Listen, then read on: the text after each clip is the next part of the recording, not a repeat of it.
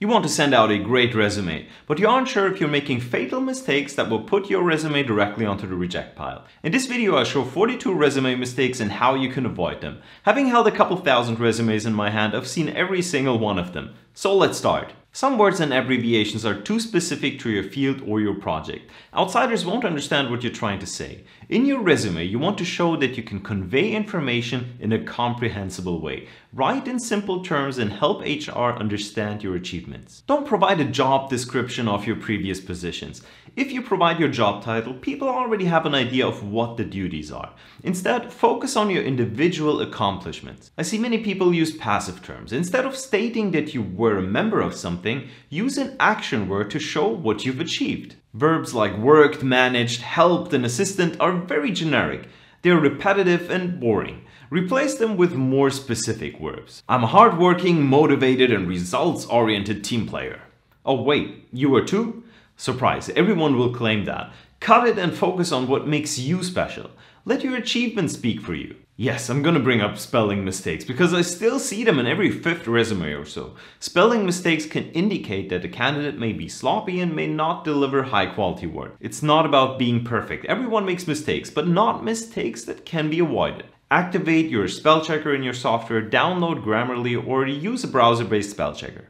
For many jobs, you want to show that you're able to prepare a well-written document. Look, my English is not perfect and rarely someone expects your language skills to be. When I'm not sure about a sentence that I want to write, here's what I do. I go to Google and then enter a part of a sentence in quotation marks. It's also a great way to improve your language skills. Make sure that everything's aligned well in your resume. Use a template and avoid adding space manually. Otherwise, you may show that you lack an eye for details and are not able to use a document editor properly. Have a consistent look and feel to your document. Stick to one or two fonts. Some fonts are considered overused, unreadable, or simply not serious enough.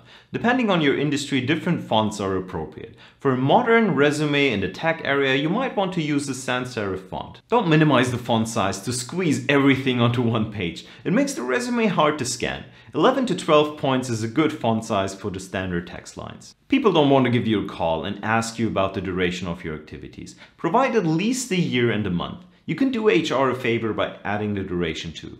Many of your competitors will use visually appealing templates. If you use a handmade Word file and you're not a designer, chances are that the look of your resume will be outperformed. There are so many options out there that make a resume look classy and individual. It's easier than ever to create one with a resume builder. The style of a resume depends strongly on the industry. Clearly, you want to put more emphasis on the design if you apply for a creative job.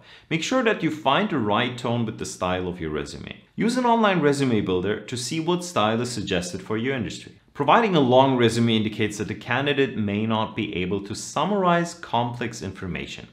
You should aim for 1 or 2 pages for your resume. When you write about your accomplishments, provide real data. Otherwise, it's not possible for someone to estimate your real performance.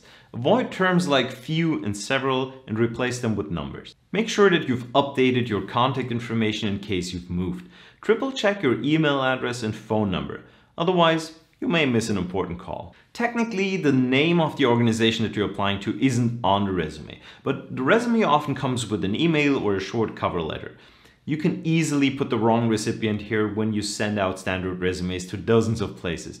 I wanted to point it out here because I've seen that quite a few times. The space on your resume is very precious. There are some hobbies that aren't worth mentioning or can have a negative effect. Share a hobby only if it's something remarkable or shows an accomplishment. I've seen some strange email addresses and implications. If you don't have a decent one, create a new one on Gmail or wherever. It should have your name and surname in it. That's simple. It only takes a few seconds. You may want to save some white space to squeeze more onto a page. However, this can reduce comprehension significantly.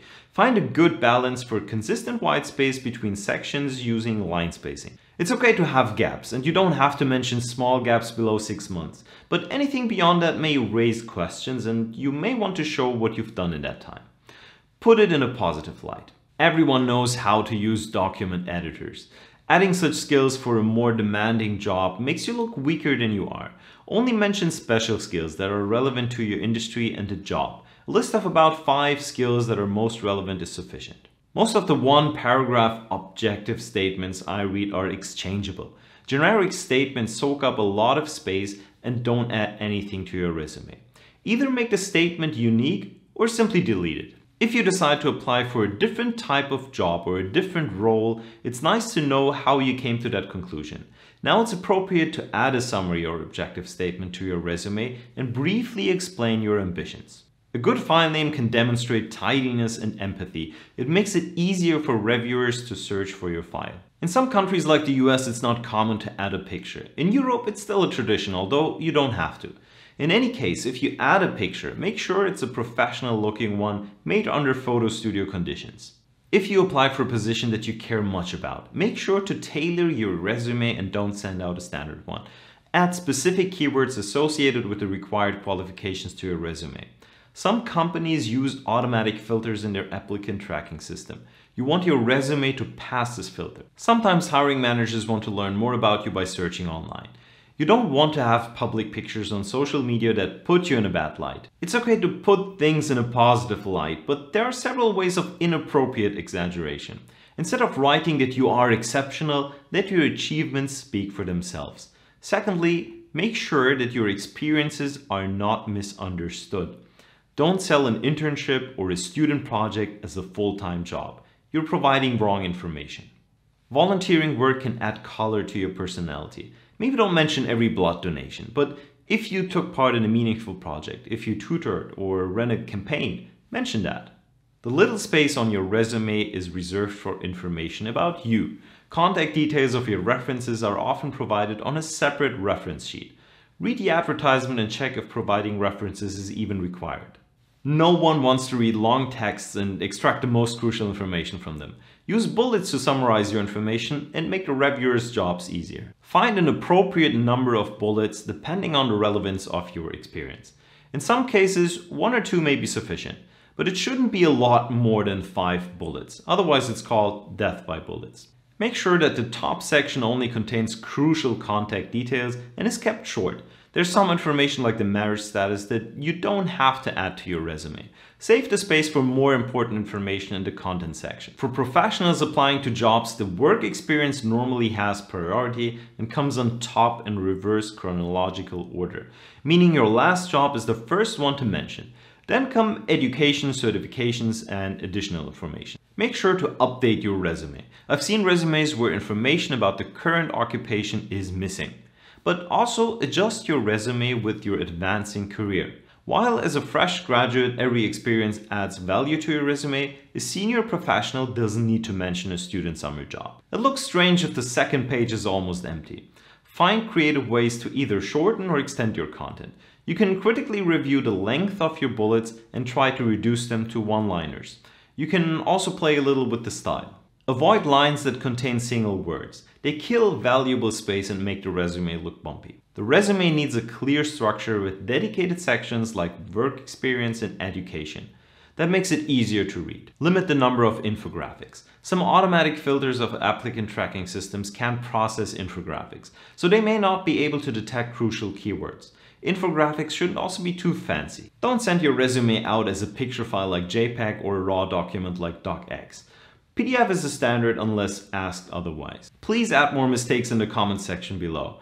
Let's see if we can reach a total of 50 mistakes together. Now that you have a resume without errors, you may want to check out my video about how to get a student job.